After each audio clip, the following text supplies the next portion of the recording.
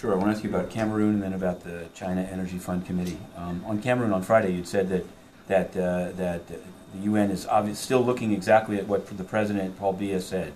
What he said is that basically a crackdown in the Anglophone areas. And since that briefing, an order issued telling people to relocate, telling civilians with no relation to the standoff that they will be viewed as secessionists and or terrorists. This order is public and it's online. Also, a journalist who has faced death threats for having testified at a Human Rights Council thing in Geneva about minorities. So what I wanted to know is, have you now, after this time, looked exactly what was said, and what is the UN's comment on the President's escalatory comments? I haven't seen the order you referred to myself. What is clear is that we continue to urge all parties that have grievances to address those through legal and peaceful dialogue, and continue to stand ready to help. So anyone who, as a matter of principle, journalists or anyone who speaks to the Human Rights Council be able to do so free of any intimidation.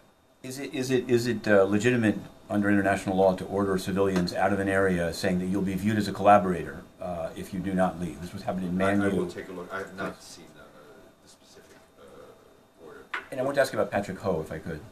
Why not? Okay. So on Friday in federal court, he was held over. Bail was denied based on the seriousness of the charges. And since then, there's been some back and forth on why there's no audit.